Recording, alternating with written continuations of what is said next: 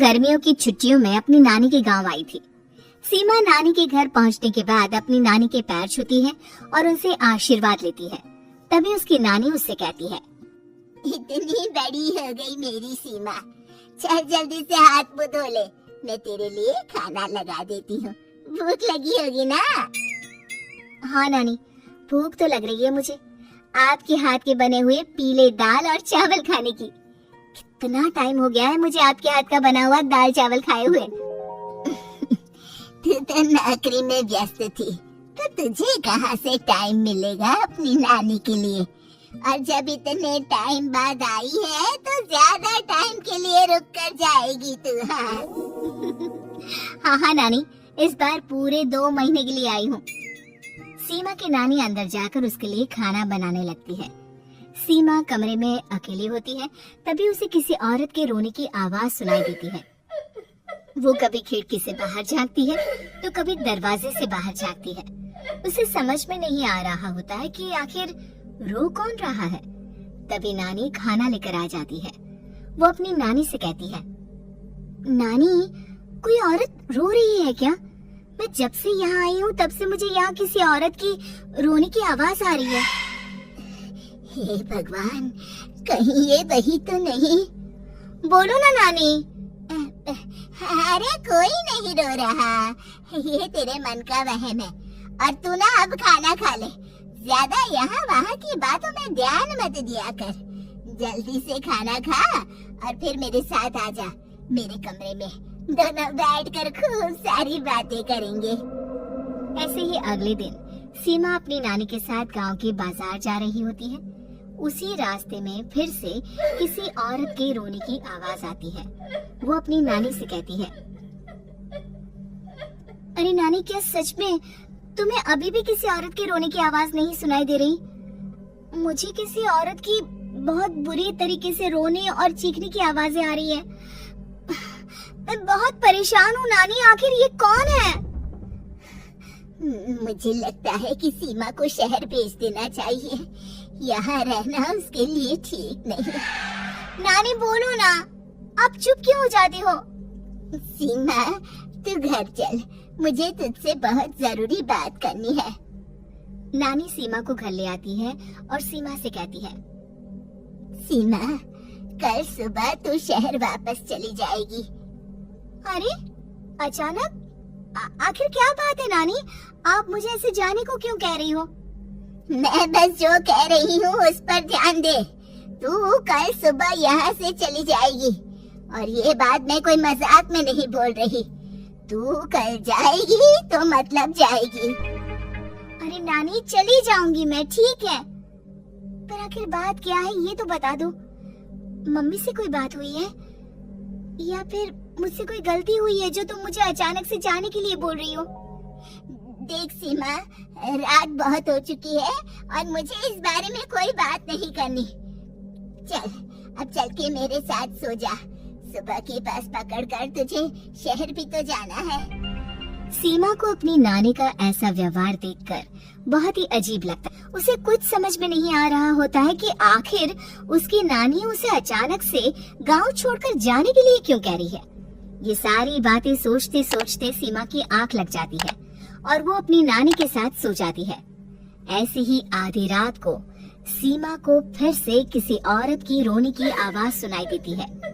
वो उस औरत की आवाज सुनकर बार बार करवटें बदल रही होती है और तभी उसे सपने में भी एक अजीब सी औरत की परछाई दिखाई देती है, जो इतना चीख चीख कर रो रही होती है कि सीमा डरकर उठ जाती है। वो पूरे पसीने पसीने हो रही होती है। वो अपने आसपास देखती है तो घर में बिल्कुल शांति का माहौल होता है। सीमा घबरा जाती है। वो अपनी नानी को जगाने की कोशिश करती है मगर उसकी नानी नहीं जगती। सीमा को फिर से उस औरत की रोने की आवाज सुनाई देती है। आखिरकार सीमा अपने आप को रोक नहीं पाती और वो घर का दरवाजा खोलकर बाहर निकलती है। आखिर ये माजरा क्या है? आज तो मैं पता करके रहूंगी। अब आवाज का पीछा करते हुए सीमा आधी रात को गांव के चौपाल के पास बने कुएं के पास पहुंच जाती है, जहां कुएं की चारों ओर बेड़ियां लगी होती है। उन बेड़ियों में लगे हुए ताले के साथ एक लाल रंग का कपड़ा और माता रानी का कलावा बंधा होता है। उस कुएं में से सीमा को किसी के रोने की आवाज आती है। सीमा परेशान हो जाती है। इस कुएं में कौन है? कौन है यहाँ? सुनो, कौन है? कौन रो रहा है? वो चिल्ला चिल्ला कर पूछती है और साथ ही लोगों को जगाने की कोशिश करती है, मगर किसी को भी उसकी आवाज सुनाई नहीं देती। अब सीमा खुद उस कुएं के पास की बेड़ियों और तालों को खोलने की कोशिश करती है और किसी तरह कुछ देर की मशक्कत के बाद सीमा उसको खोल भी देती है। और जैसे ही वो कुआं खोलकर उसके अंदर झांकती है, सीमा उस कुएं में गिर जाती है। इतने में उसकी नानी की नींद भी खुल जाती है और सीमा को पास ना देखकर नानी परेशान हो जाती है। नानी घबराकर पूरे घर में उसे ढूंढने की कोशिश करती है, जिसके बाद उसकी नानी और सभी लोग उस खूनी कुएं के पास जाते हैं और सीमा की नानी कुएं के पास खड़ी होती है। सभी गांव वालों और सीमा की नानी को सीमा के चिल्लाने की आवाज आती है। बचाओ, कोई मुझे बचाओ। मेरी बच्ची, हम आ गए, हम तुझे बचा लेंगे। नानी, मुझे यहाँ बहुत डर लग रहा है। यहाँ इंसान की कटी हुई मुंडिया, हाथ, पैर और कंकाल है और खून भी है। नानी, मुझे डर लग रहा है।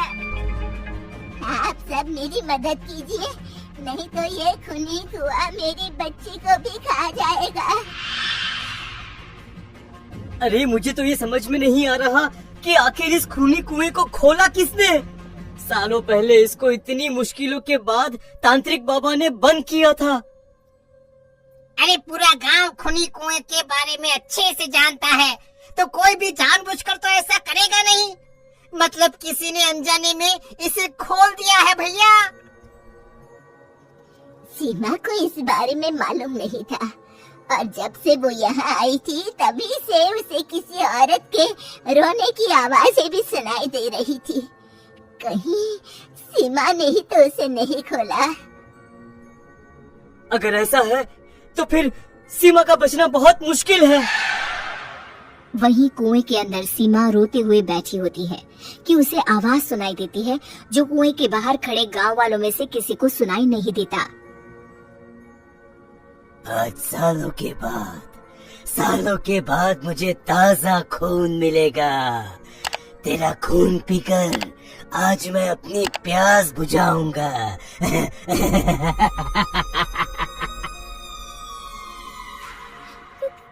है? कौन है?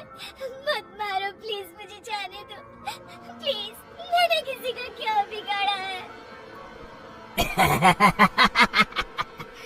वो तुझे मरने के बाद पता चल ही जाएगा। जितने में गांव वाले और सीमा की नानी कुछ सोच पाते, उतने में उन्हें सीमा की चिल्लाने की आवाज आती है और अगले ही पल सब शांत हो जाता है। क्या हुआ? सीमा, मेरी बेटी। माफ करना बहन, लेकिन अब सीमा वापस नहीं आएगी। हमें एक बार फिर से कुएं को बंद करना होगा। गांव वाले तभी तांत्रिक को बुला कर लाते हैं। एक बार फिर अपनी शक्ति से तांत्रिक बाबा उस कुएं को हमेशा हमेशा के लिए बंद कर देते हैं।